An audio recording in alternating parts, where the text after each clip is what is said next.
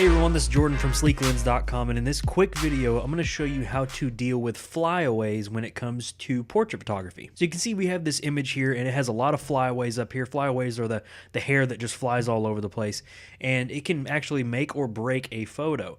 And so I'm going to show you a way in Photoshop where you can easily remove the flyaways from your portraits just by using two filters. So let's go and get started. We have this image here, and what we're going to do first of all is duplicate this image. So I'm going to drag this down here, make a duplicate of this image, and now I'm going to go up to my filter menu, and I'm going to apply two different filters. The first filter we're going to apply is in the noise section, and that is the dust and scratches filter. So I'm going to click there, and this is going to bring up a dialog box here where we can set the values here.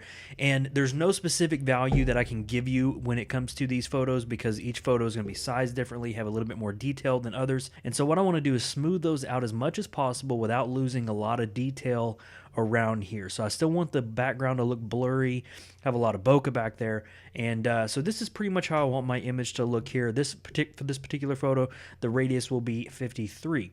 So I'm going to click OK there, and now on that same duplicated layer, I'm going to go back up to filter, I'm going to go to blur, and I'm going to go to Gaussian blur. And what this is going to do is allow this image to kind of blend in with the natural bokeh that's in the background of this image. There's no specific value, again, that I can give you, but again, you kind of want for it to make it look like a natural bokeh in the background here. So this is kind of the value I want to set for this image, around 20. So I'm going to click OK here. And now what we're going to do is apply a inverted layer mask. So I want my layer mask to be black in order to hide what we just did.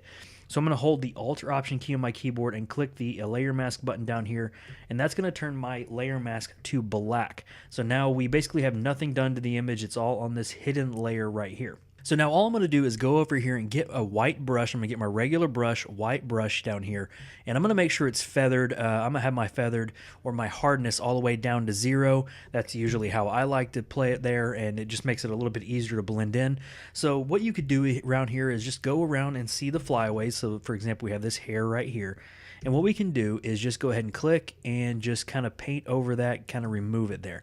And you can see we're kind of helping it blend in with a little bit of that bokeh.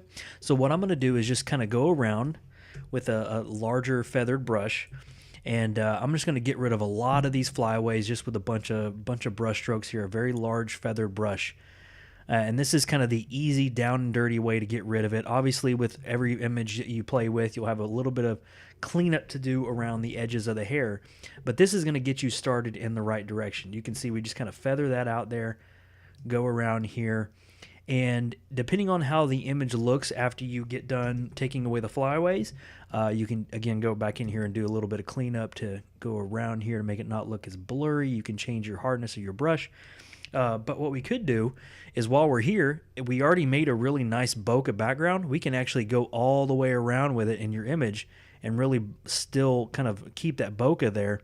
Just blur that out all the way around if we wanted to. We don't obviously have to, but this is just a kind of another use for this particular layer that we did there. So this is kind of the image with the really bokeh background. We can kind of take it away a little bit there. You can see we're bringing some of that back. But what we can do is see the before and after here.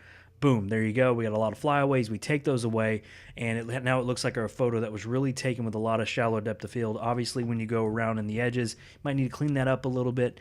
And if there's not a lot of flyaways, if there's just a few hairs here and there and you don't want to clone those out, this is a really great way of doing that, just hair by hair.